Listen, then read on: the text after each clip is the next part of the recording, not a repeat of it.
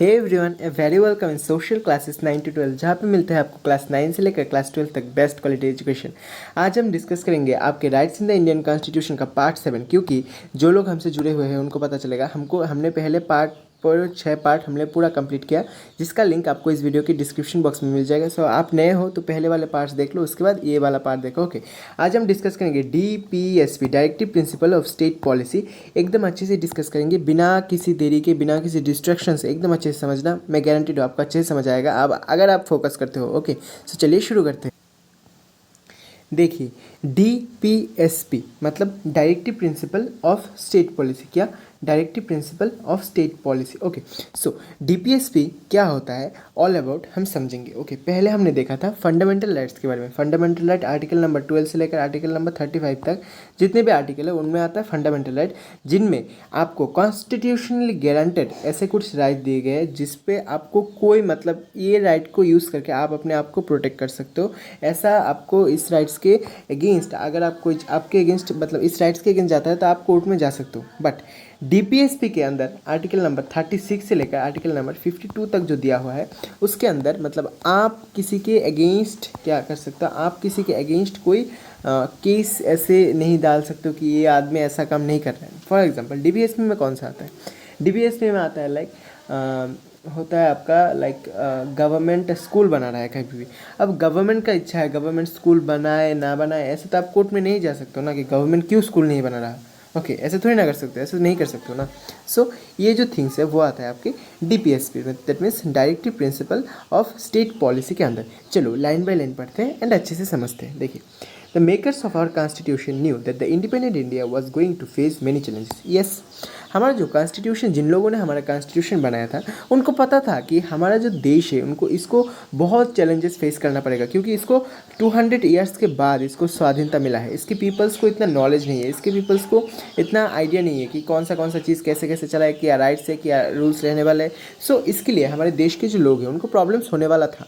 Okay, ये हमारे जो कॉन्स्टिट्यूशन मेकर, जो एजुकेटेड लोग थे उनको पता था। Okay, foremost among this was the challenge of the bring about the equality and the well-being of the citizen.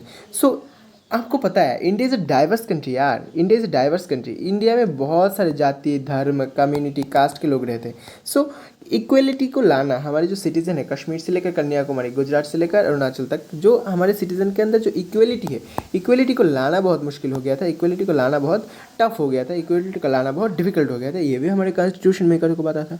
Okay, they also thought the certain policy direction required to handling this problem. So उन्होंने सोचा था कि ये जो problems है इसको handle करने के लिए कुछ पॉलिसी चाहिए होगा।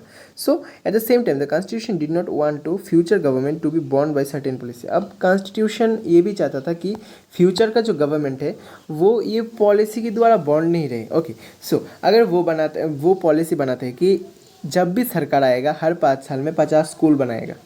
सो ऐसा पॉलिसी कोई कॉन्स्टिट्यूशन में लिखा होता, ओके, सो क्या करता, सारा जीवन तो सरकार स्कूल ही बनाते जाता, स्टूडेंट नहीं रहता, स्कूल ही बनाता, हर गली में एक स्कूल। ऐसा थोड़ी ना होता है ना, ऐसा नहीं होगा। और अब हॉस्पिटल का ले लो। सो ऐसे उन्होंने कोई पर्टिकुलर नहीं बोला कि आप ऐसा करो, बट उन्होंने बोला आप करो जिससे सोसाइटी का वेलबींग हो। बट इसके लिए कोई जनरल पीपल कोर्ट नहीं जा सकता कि गवर्नमेंट नहीं कर रहा। ओके, आप समझ गए हो? आशा करता हूँ आप समझ गए हो। चलो सेकेंड पहला देखते हैं। Therefore, some guidances were incorporated in the constitution, but they were not made legally enforceable. मैंने जो बोला था, आप लीगली नहीं जा सकते कोर्ट में। Okay, this means that if the government did not implement a particular guidance, we cannot go to the court asking for the court to government implement this. अब समझो गवर्नमेंट कहती है आपका यहाँ कभी भी इलेक्शन हो सकता है। ओके, आपके इलेक्शन में गवर्नमेंट कहती है कि मैं हर बच्चे को एक लैपटॉप दूंगा, और कहती है मैं हर बच्चे को एक आईफोन दूंगा। ओके, कह भी सकती है यार, भरोसा नहीं है, कह भी सकते हैं। ओके, सो अब क्या होता है, आपका गवर्नमेंट, आपने वोट दिया, आईफोन देंगे बोला, कितना मज़े का बात है, आपने वोट दिया उस गवर्नमेंट को। ओके, सो वो गवर्नमेंट बोलता है कि ऐसे ऐसे मैं दूंगा। सो आपने वोट दे दिया। सो उसके बाद क्या होता है एक्चुअली, उसके बाद वो गवर्नमेंट आपको नहीं देता आईफोन। सो ऐसा नहीं कि आप कोर्ट में जाते हो क्या बोलते हो उसने आईफोन दिया, आईफोन देगा बोला अपने, ऐसा नहीं है। वो उसका इलेक्शन का मैनिफेस्टो था। ओके, उसका देना ही पड़ेगा, ऐसा कुछ नहीं है। ओके, जैसे कि फंडामेंटल राइट, उसमें हो गया राइट टू लाइफ, मतलब आपको लाइफ का अधिकार है, वो आपको देना ही पड़ेगा। बट इसमें ऐसा नहीं है, चाहे आईफोन देना ही पड़ेगा, ऐसा नहीं है। आईफोन नहीं देंगे, नेक्स्ट ईयर वोट नहीं दोगे, मतलब उसके बाद सेकेंड टर्म में जब 5 साल बाद वोट आएगा वोट नहीं दोगे, सिंपल। सो हम कह सकते हैं जो ये जो राइट्स है डीपीएसपी वो नॉन जस्टिसिएबल है, उसका कोई जस्टिस देने वाला नहीं है। ओके, सो फंडामेंटल राइट में तो कोर्ट आपका जस्टिस देगा, बट यहाँ पे कोई जस्टिस देने वाला नहीं है। Okay, so the parts of the constitution that can not be enforce by the judiciary, जो जुडिशरी भी कुछ नहीं कर सकता इसमें।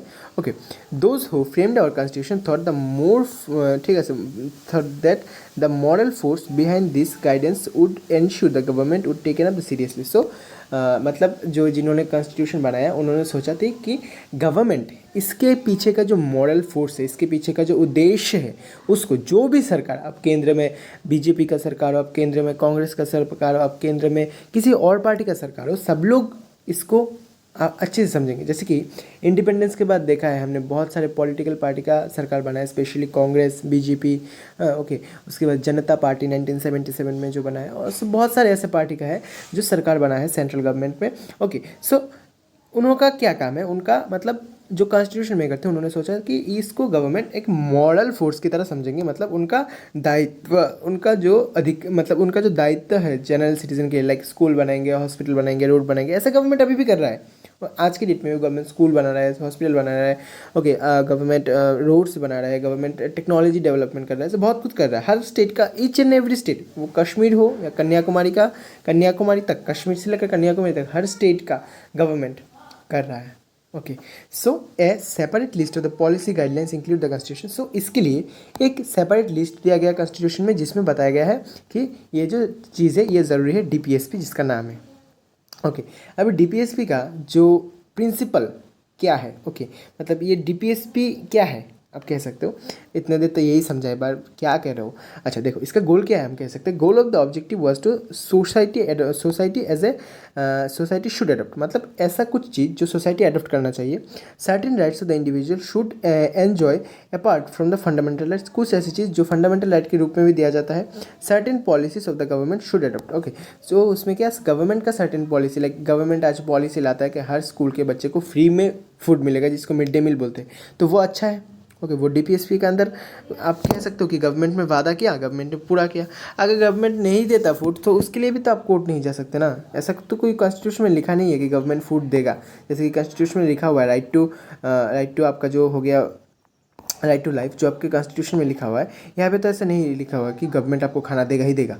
ओके, यहाँ पे तो ऐसा नहीं लिखा हुआ है। ओके, उसके बाद देखिए you might get the vision of the constitution. Okay, इससे आपको पता चल गया होगा कि ये जो डीपीएसपी देने का उद्देश्य क्या था। अब देखिए, the governments from the time to time try to give efforts to DPSP state policy. Okay, government different time में डिफरेंट एफर्ट्स डालता है इस पर। They past the several zamindari abolished, yes, under DPSP government ने कुछ अच्छे काम किया।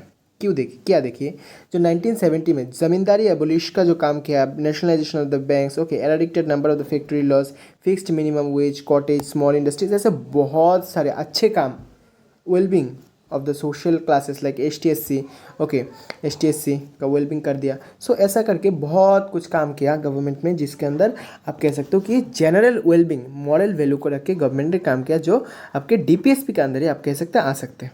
ओके, जैसे कि मिड डे मील का प्रोग्राम मैंने कुछ देर पहले ही बताया था। ओके, सो इसका यही बोला गया है। ओके, अब देखिए इसके अंदर मतलब जो आर्टिकल मैंने बोला था कि आर्टिकल 36 से लेकर 52 तक जो है, उसके अंदर ही एक फंडामेंटल ड्यूटीज़ वाला पार्ट भी ऐड किया गया है, जो हम नेक्स्ट क्लास में डिस्कस करेंगे। आज ये डिस्कस नहीं करेंगे। ओके, सो और नेक्स्ट क्लास में हम ये भी डिस्कस करेंगे कि आपका जो relationship between the fundamental right and the directive principles, वो भी डिस्कस करेंगे। ओके, कि फंडामेंटल राइट और डीपीएसपी में क्या डिस्कस किया होता है। और ये चैप्टर ज़्यादा देर नहीं चलेगा, ये चैप्टर ख़त्म होने वाला है यार तुम लोगों का। ये चैप्टर हमने पूरा 1 से लेकर 1.5 घंटे तक पूरा कंप्लीट कर दिया है। ओके, बट हमने पार्ट्स में गया, पार्ट 1 पार्ट 2, जिसमें आपको ये चैप्टर समझने में बहुत मज़ा आएगा। और जस्ट 2 और 3 टॉपिक्स बाकी है, जो हम नेक्स्ट 2-3 पार्ट्स में कंप्लीट कर देंगे। सो ये आपका पार्ट 7 था। सो चलो इस वीडियो में इतना ही, तब तक के लिए thank you very much. Please support us and we need you great support. आपको अगर हमारे वीडियोस अच्छे लगते हैं सो सबके साथ शेयर कर दो। तब तक के लिए थैंक यू वेरी मच।